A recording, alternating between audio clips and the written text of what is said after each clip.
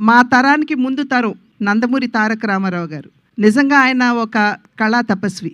ఆయన క్రమశిక్షణతోటి, అంకిత భావంతోటి తన జీవితాన్ని చలనచిత్ర రంగానికి అంకితం చేసినటువంటి సందర్భంలోనే ఇవాళ చలనచిత్ర రంగంలో వారి పేరు స్వర్ణాక్షరాలతో లిఖించబడి ఉన్నది. తెలుగు చలనచిత్రం ఉన్నంత వరకు వారు చిరస్మరణీయులు అనేటువంటి విషయం మనం అందరం గుర్తించవలసినటువంటి అంశం.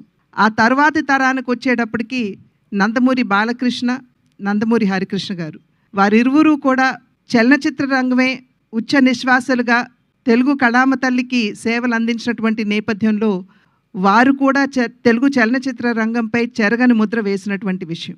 ఆ తరువాతి తరం నందమూరి కళ్యాణ్ రామ్, నందమూరి తారక రామారావు వారు కూడా అంకిత భావంతో పనిచేసినటువంటి సందర్భంలో వారు కూడా చలనచిత్ర రంగంలో తమ ఉనికిని చాటుకున్నటువంటి విషయం మనందరికీ తెలుసు.